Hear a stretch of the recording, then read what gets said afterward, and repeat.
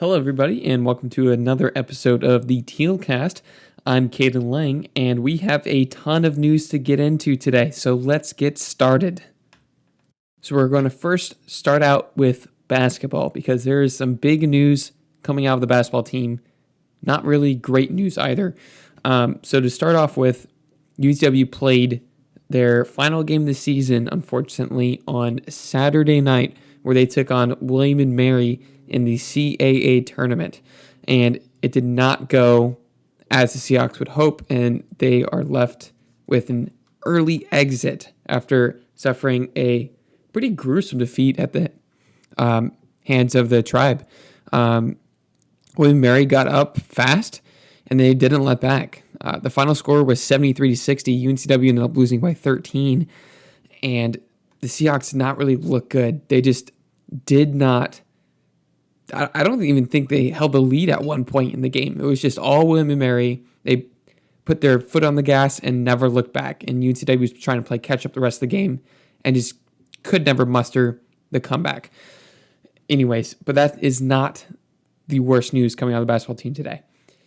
UNCW is having a major roster dump a day after the season ended. 4 players who are not seniors entered the transfer portal. So who are these players? Well, the first one is Jake Boggs, the sophomore. Another one is Joe Pridgeton. He only played a year for us, and he's already transferring out of here. We also have Amaje Dodd and Brian Tolfree transferring out as well. And that does not include the 4 seniors we had this season. We had Estime, we had Gadsden, we had Okaru, and we also had John Bowen, all seniors. And Bowen just recently announced that he as well is going to transfer and take his final year of eligibility to another school. So what are my thoughts on this? Well, first and foremost, let's talk about the senior, John Bowen. When I first started to watch John Bowen play, I wasn't really the biggest fan. But the more I got to see him play and get to know him through extracurricular activities and stuff, I really liked Bowen. His story of hard work is definitely very inspiring, and I have a lot of respect for Bowen because he's been through a lot through his entire career, and I do wish him the best of luck. I wish all these Seahawks the best of luck to these future schools. But John Bowen, I really liked him as a person, great character, but as a basketball player, UNCW isn't really losing that much because he didn't really play much with this style of offense. Siddle likes to usually go smaller men, and Bowen, large and lanky, and not really the fastest guy in the court. So not really a big loss for the Seahawks, but definitely a unfortunate loss for the Seahawk team. Next up, let's talk about Brian Tolfree.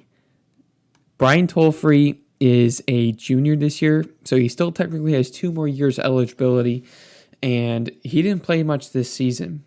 I saw him play a lot last season. Good defender, not really the best offensive player in the world.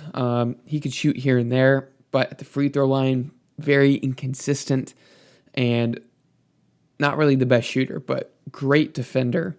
There are reports of him and Coach Siddle not getting along. I heard from one of my sources that there was a bit of an attitude problem with Tolfree, so that's why he didn't play that much this season. And there was a rumor that there was an ultimatum given to Tolfree whether he was going to transfer or get cut. So it's safe to say that he was going to leave regardless. Now, for the other 3, this is a little bit surprising. Amaje Dodd is definitely a really surprising one, but I get why he's transferring. He is a fantastic athlete, and I think he has the ability to become a really good center, but he doesn't have a shot, and he's not the fastest guy in the court, so I'm not really primed for this Siddle's offense that he likes to run, that fast and kind of crafty guys who can turn the ball over and play hard and fast. Amaje Dodd's going to be the guy down low who's going to beat you down, get some blocks, and get rebounds. Not really going to hurt you on the perimeter. I don't think I've ever seen him attempt a three-pointer. Free throw shooting, not the strongest part of his game. So definitely doesn't really fit the Siddle style offense. I did like Dodd. I think he's a great athlete, and he has the potential to become really good if he works hard at it. So best of luck to Dodd wherever he goes. For me, that is a big loss, but I get why he's transferring.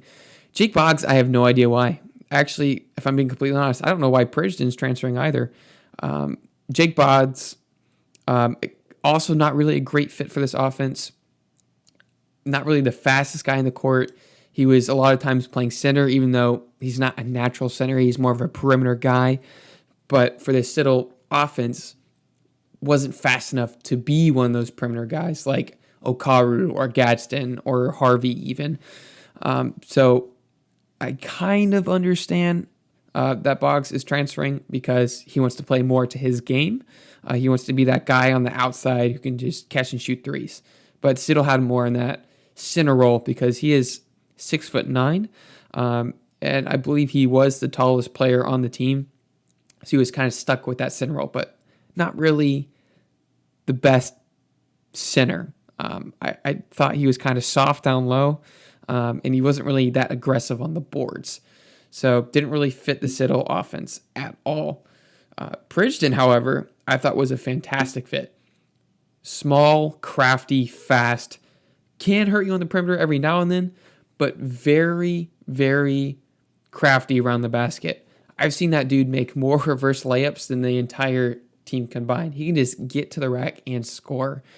But I don't know why he's transferring at all. And honestly, I thought he was a perfect fit for our offense and the way we wanted to play. So kind of shocked by that one for sure that he's leaving the school. But again, best of luck to all these Seahawks and their future endeavors. So where does that leave us? Well, if the seniors don't come back, we're left with, I think, 4 or 5 active men on the roster, which is extremely low.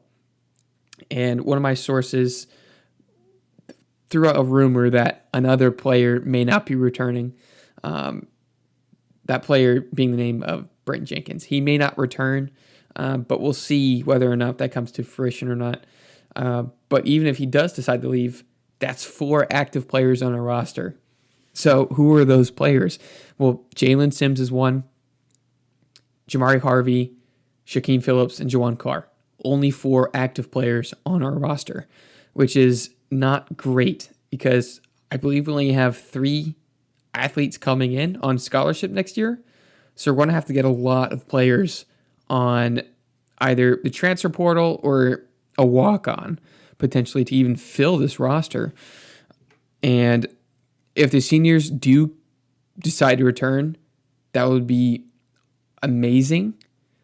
You'd get guys like Gadsden, Okaru, and Estime, who hasn't played in 2 years, coming back, which would be huge for UNCW because all of them can play and are fantastic fits for Siddle's offense.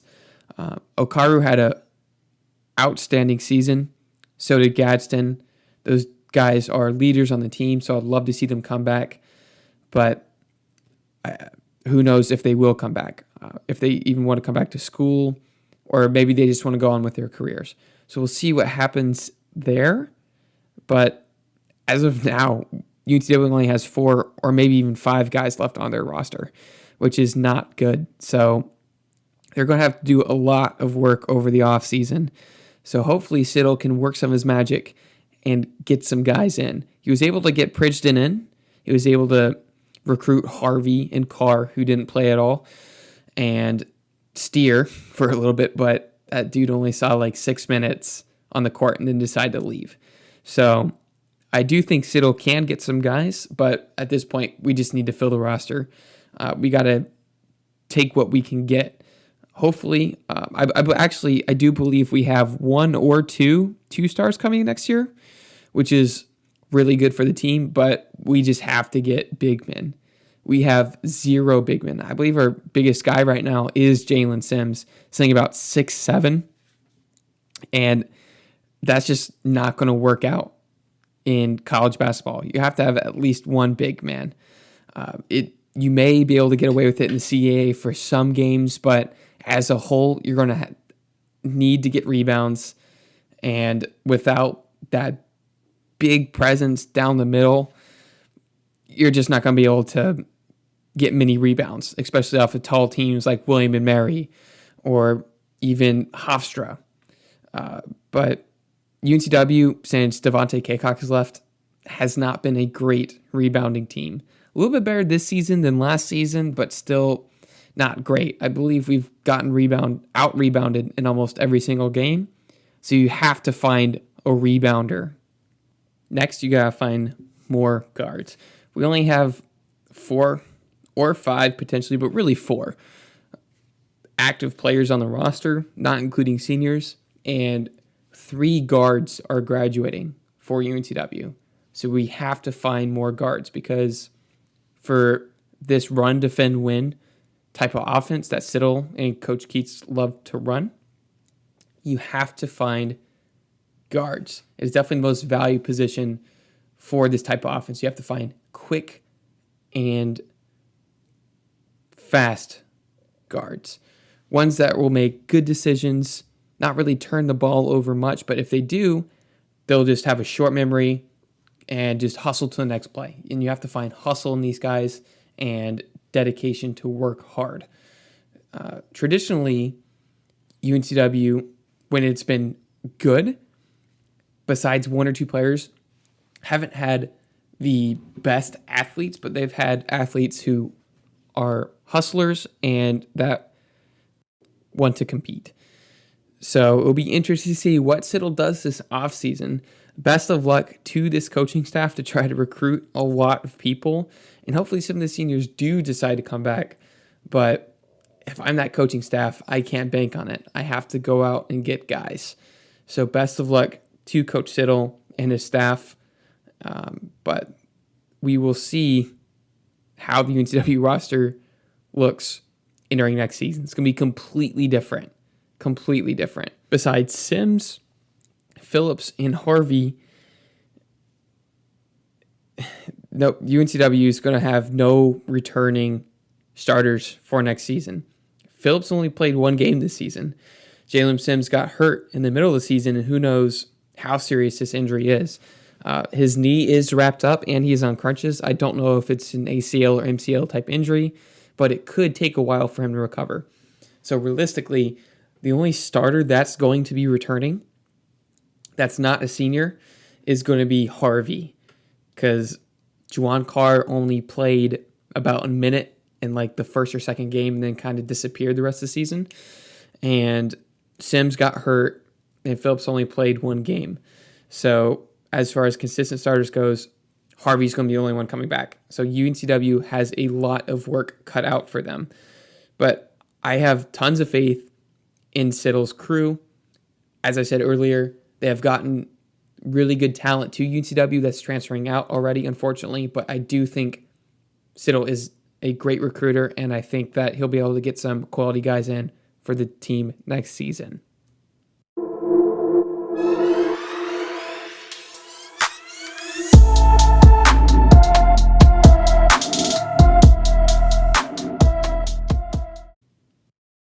Okay, so let's now talk about baseball. And baseball had a up and down weekend for sure against Cincinnati. Again, as I said last week, Cincinnati not the greatest team in the world, but it is baseball. So on any given day, anybody can show up and win, and that was the case for the Bearcats. It was a 4-game series, and UNCW won the first and then lost the next 2. So how did those games shape up? The first game of the Super Series was played on Thursday, and this one was an offensive powerhouse by both teams. UNCW got up to an early lead in that first inning. They ended up scoring 3 thanks to a Kroom double as well as a Lifrieri single, which scored 3 runs. And then UNCW kept adding on in the third inning. Suggs advanced on second, and Brandenburg scored on a throwing error off of a pickoff attempt. So able to get a run there. And then next at bat, Evans doubles down the line, and Matt Suggs scores. So able to get a few runs there. So now it is 6-0. Fourth inning, Cole Weiss homers to center, and Brooks Baldwin scored. So that's an additional 2 runs for the Seahawks. Seahawks go up 8-0 in the fourth inning. And for many people, the game looked over at this point.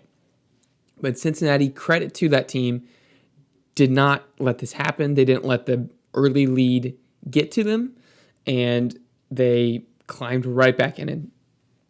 They had a 7-run fifth inning. We started off with a home run and ended up getting 2 off of that one. They also got a single to the pitcher, and 2 players scored off of that. 2 players scored off a single to the pitcher. Both of them earned. No error on that play, which is very strange. So is now 4-8, and then Stapp doubled the center, and Bellini scored. So it is now 8-5 UNCW. Next at bat, not next at bat, but the following play, Merritt doubled down the line, and 2 more scored. So it's now 8-7. So only down by 1 now is the Bearcats. And UNCW in the bottom of the 5th decided to answer back to these runs, where Mongero singled and 2 more scored, and then Kroom singled, which scored Mongero. So UNCW up 11-8.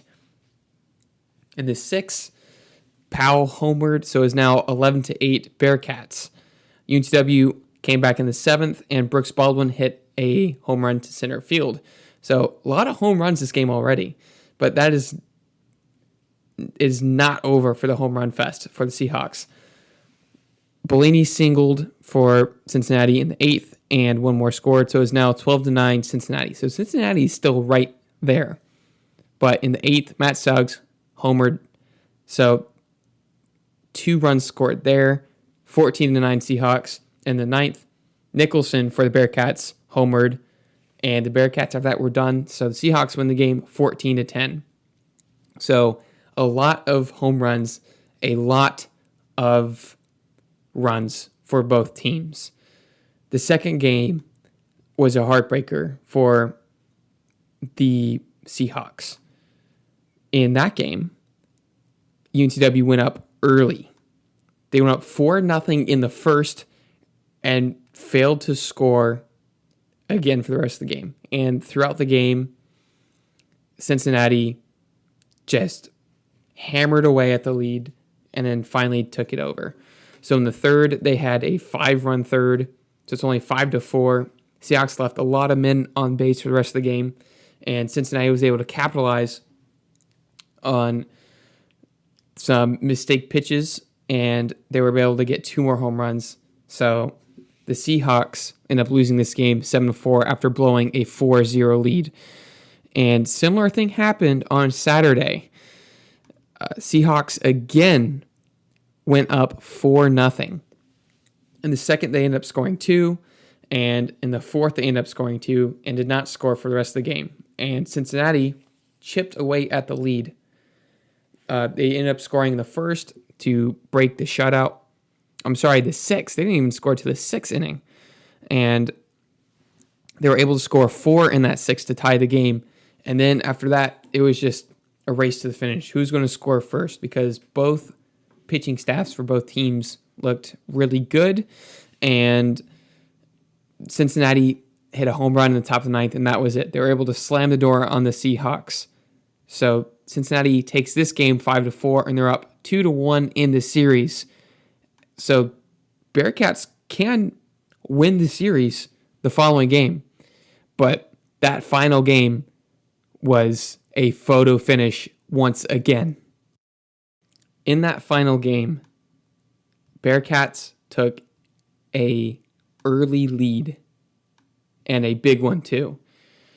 Through 3 innings, they were up 8-0. We scored 8 runs through the first 3 innings, and it looked really grim for the Seahawks. Seahawks were able to break the shutout in the 4th inning, where they scored 1 run. So it's 8-1. And nobody scores till the 7th inning. And errors led the way for the Seahawks in this game. Brooks Baldwin was able to reach on a fielding error and able to get an unearned run there, and that kept the inning going. On the following play, Yip was hit by a pitch, so Bridges scored unearned, and then Cole Weiss walked again. So that's 3 runs in the 8th inning for the Seahawks. Sorry, 3 runs in the 7th inning for the Seahawks that either came from walks or fielding errors. So able to get really lucky for the Seahawks, but they're still down 8-4 with only 2 innings left to play. So UNCW is able to hold Cincinnati to 0 runs in the 8th, and UNCW gets back up. And Noah Bridges, bases loaded, hits a grand slam to right field, and the game is tied 8-8. So again, Cincinnati's up 8-0, and it takes the Seahawks a while to get started, but when they do, they come roaring back with a grand slam to tie the game. So it is deadlocked 8-8 going into the final inning. And in the previous game, Cincinnati was able to win in the 9th inning. And today, it was the Seahawks. Trevor Marsh homered on a ball to right field, first at bat. And the Seahawks ended up winning 9-8 off of a walk-off home run. So they scored 3 unearned runs in the 7th, able to get a grand slam in the 8th, and then walk it off with a home run. And UNCW wins 9-8, able to even the series 2-2. So the Seahawks now are at 7-3 for this season. Now looking at UNCW's division, it is a mess in the CAA. UNCW is leading the Southern Division at 7-3. Next closest player or team is Elon at 3-7. So the reverse record of UNCW. So UNCW is up by 4 games early in the season, and I think the Seahawks will win with ease the division this year. Charleston is at 3-8, not a great start. James Madison 1-5, and William Mary at 1-5. Now in the North Division, Delaware has only played 2 games, but they are 2-0. They ended up getting a late start to the season, but they are able to go 2-0 so far. Hofstra 4-4, Northeastern 4-4, and then Towson at 1-9. So I believe Northeastern was the favorite to win the Northern Division for the CAA, and right now they're stuck in 3rd place. But UNCW, comfortable lead in the Southern Division so far. So I think UNCW, again, will take the Southern Division with ease. My clutch player of the week this week is Noah Bridges with his grand slam. Noah Bridges has had a tough start to the season. He's only batting 186 right now, but I do think that grand slam will lift him up out of this slump, and I do think he will get closer to that 250 mark, maybe even 300. But clutch player of the week, definitely Noah Bridges with his grand slam to tie the game in that final game. And Matt Suggs continues his tear on the season, also hitting another home run for the Seahawks in this series. And he has been he's been put on the Buster Posey Award watch list for Catcher of the Year. So congratulations to Matt Suggs, and we'll see if he'll be able to win that award.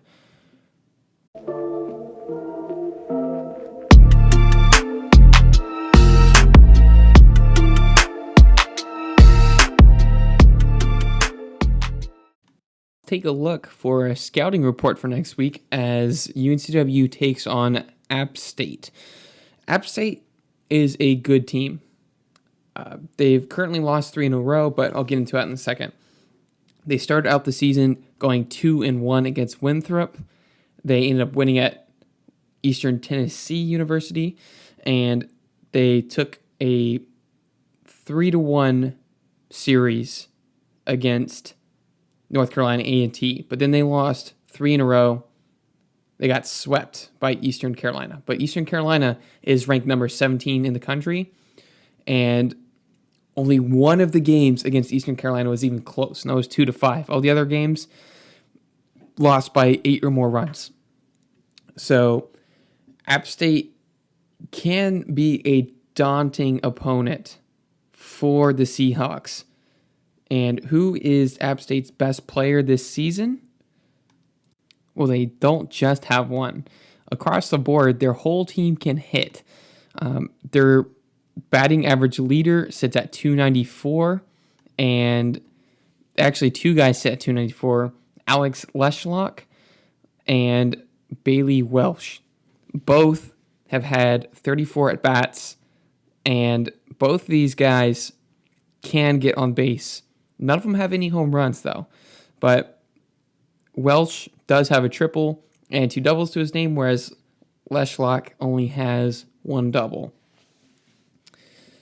Next is Luke Drumheller, who is their power hitter. He has 10 RBIs on the season, 2 doubles, and 1 home run. He's had 42 at-bats, and he's hitting 286. And most of their starters for App State, besides one, are hitting either 250 or above. Their only starter who started all 11 games for them so far, who's hitting below 200, is Andrew Grekel. He's only hitting 182. As far as pitching goes, App State is all across the board. Noah Hall is a great pitcher for them. Just pitched 13.2 innings so far. Only has an ERA of 1.32. So only 2 earned runs for Noah Hall so far. 11 strikeouts and 7 walks. Another starter that we're probably going to face is Tyler Toothill. He has 17.1 innings pitched, ERA of 4.15. He's given up 9 hits, 8 runs so far, and 11 walks. So this guy, Toothill, walks a lot of guys, but also has 10 strikeouts. So more walks and strikeouts. So a little bit wild there. Their other starter, Quentin Martinez, also has an ERA of 4.15. Also has pitched 17.1 innings, but gives up more hits. He's given up 15 hits, whereas the other 2 starters have given him below 10. He's also given up 8 earned runs. So, like Toothill, given up a lot of runs, but in different ways. Martinez, a lot more hits. As far as walks go, only has 6, the least amount of the starters.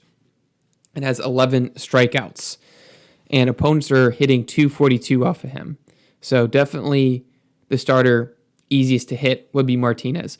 Their bullpen, though, is all over the place. You got a couple guys who are elite, and then you have a bunch of other guys who give up a ton of runs.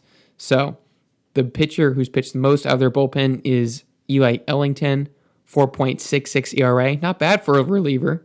He's given up 5 runs and struck out 11 over 9 2/3 innings. So strikes out about a hitter an inning, a little bit more. So definitely their backbone of the bullpen has to be Ellington. But once we get to the back end of the bullpen, it's all over the place. Most of the guys in the back of the bullpen have an ERA of 9 or above. And one guy has an ERA of 99. So basically what that means is he gave up a lot of runs very quickly. He only pitched 2/3 of innings, but in those 2/3 of innings, gave up 11 earned runs, 8 hits, and 2 walks with only 1 strikeout. And hitters are hitting 800 against him. Against the back half of this bullpen, a lot of guys are hitting 300 and above. And even for the front half of the bullpen, a lot of guys are hitting close to 500, and then it drops down with the more elite guys. So Eli Ellington, that backbone of the bullpen, hitters are only hitting 194 off of. So really inconsistent bullpen for the Mountaineers. So the Seahawks do have their work cut out against them. We're going to have a strong offensive game because they also have a high-powered offense as well. Not as much as Western Carolina, but they are crafty with how they get their runs. So my prediction for this series is a 2-1 Seahawk win. I think that coming off of the 2 losses against Cincinnati, I think the Seahawks will be fueled, especially after past win.